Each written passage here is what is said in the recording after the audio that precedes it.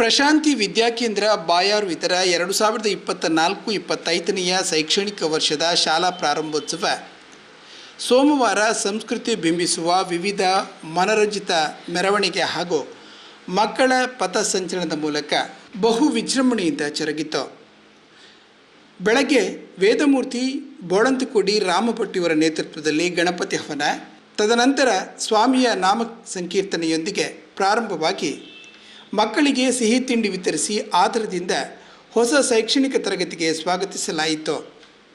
ಶಾಲಾ ಉಪಾಧ್ಯಕ್ಷರಾದ ಪೆಲತಡ್ಕ ರಾಮಕೃಷ್ಣ ಭಟ್, ಪ್ರಶಾಂತಿ ಶಾಲಾ ಸಂಚಾಲಕರಾದ ಎಚ್ ಮಹಾಲಿಂಗ ಭಟ್, ಟ್ರಸ್ಟಿ ಸದಸ್ಯರಾದ ಶ್ರೀಕೃಷ್ಣ ಭಟ್ ಉಳುವಾನ, ಪ್ರಾಂಶುಪಾಲರಾದ ವಾಮನನ್, ಮಾರ್ಗದರ್ಶಕರಾದ ಕೃಷ್ಣನಾಯ್ಕ್, ಪೈವಳಿಕೆ ಸೇವಾ ಸಹಕಾರಿ ಸಂಘದ ನಿವೃತ್ತ ಕಾರ್ಯದರ್ಶಿ ಪರಮೇಶ್ವರ ಮತ್ತು ಶಿಕ್ಷಕೇತರ ಸಿಬ್ಬಂದಿಗಳು ಉಪಸ್ಥಿತರಿದ್ದರು.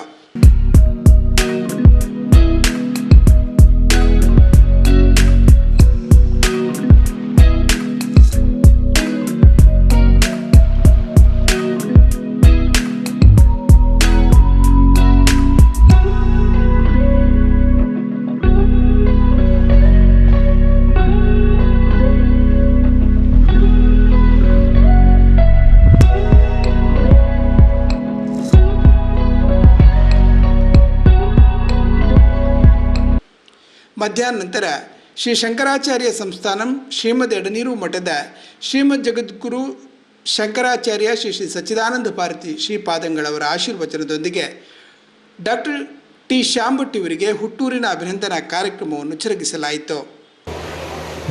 ಬಹಳ ಸಂತೋಷದಿಂದ ನಾನು ಈ ಕಾರ್ಯಕ್ರಮದಲ್ಲಿ ಪಾಲ್ಗೊಂಡಿದ್ದೇನೆ.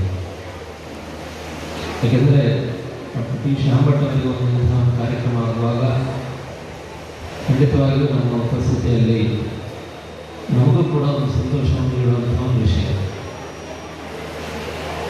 ಈಗಾಗಲೇ ಶ್ಯಾಂಭಟ್ ಕೂಡ ಅವರ ಮಾತುಗಳಲ್ಲಿ ಬಹಳ ಸಹಜವಾಗಿ ಅವರ ಮನದಲ್ಲಿರುವಂಥ ವಿಷಯಗಳನ್ನು ತಿಳಿಸಿದ್ದಾರೆ. ಕಲಾಪ್ರೇಮಿಯಾಗಿ ಜನೋಪಯೋಗಿಯಾಗಿ ಇದ್ದರೆ ಅವರನ್ನು ಜನಗಳು ಯಾವ ರೀತಿಯಲ್ಲಿ ಗುರುತಿಸ್ತಾರೆ ಅನ್ನೋದಕ್ಕೆ ಶ್ಯಾಂಭಟ್ ಅವರು ಸಾಕ್ಷಿಯಾಗಿದೆ. ಹೆಚ್ಚಾಗಿ ಸರ್ಕಾರಿ ಅಧಿಕಾರಿಗಳು ಅವರ ಕೆಲಸದಲ್ಲೇ ಮಗ್ನರಾಗಿರ್ತಾರೆ ಮತ್ತು ಆ ನಂತರದಲ್ಲಿ ಅವರು ಬೇರೆ ಚಟುವಟಿಕೆಗಳಲ್ಲಿ ಅವರು.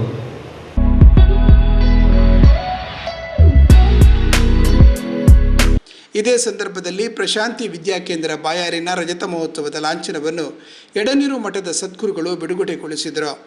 ಸಮಾರಂಭದಲ್ಲಿ ಕಾಸರಗೋಡಿನ ಹಿರಿಯ ಖ್ಯಾತಿ ವೈದ್ಯರಾದ ಡಾಕ್ಟರ್ ವಿ.ಎಸ್. ರಾವ್, ಪ್ರಶಾಂತಿ ಸೇವಾ ಟ್ರಸ್ಟ್ನ ಅಧ್ಯಕ್ಷರಾದ ಅಡ್ವೊಕೇಟ್ ಐ.ವಿ. ಭಟ್, ಉಪಾಧ್ಯಕ್ಷರಾದ ಪೆಲತಡ್ಕ ರಾಮಕೃಷ್ಣ ಭಟ್, ಪ್ರಶಾಂತಿ ಸೇವಾ ಟ್ರಸ್ಟ್ನ ಕೋಶಾಧಿಕಾರಿ ಮಾನಿಪ್ಪಾಡಿ ನಾರಾಯಣ ಭಟ್, ಸಂಚಾಲಕರಾದ ಎಚ್ ಮಹಾಲಿಂಗ ಭಟ್, ಟ್ರಸ್ಟಿ ಸದಸ್ಯರಾದ ರಾಮಚಂದ್ರ ಭಟ್, ಉಳುವಾನ ಕೃಷ್ಣ ಭಟ್, ಪ್ರಾಂಶುಪಾಲರಾದ ವಾಮನನ್, ಮಾರ್ಗದರ್ಶಕರಾದ ಕೃಷ್ಣನಾಯ್ಕ್ ಉಪಸ್ಥಿತರಿದ್ದರು.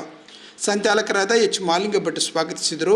ಹಿರಣ್ಯ ವೆಂಕಟೇಶ್ ಭಟ್ ನಿರೂಪಣೆಯೊಂದಿಗೆ ಪ್ರಾಸ್ತಾವಿಕ ಮಾತುಗಳನ್ನಾಡಿದರು. ಪ್ರಾಂಶುಪಾಲರಾದ ವಾಮನನ್ ಧನ್ಯವಾದವಿತ್ತರು.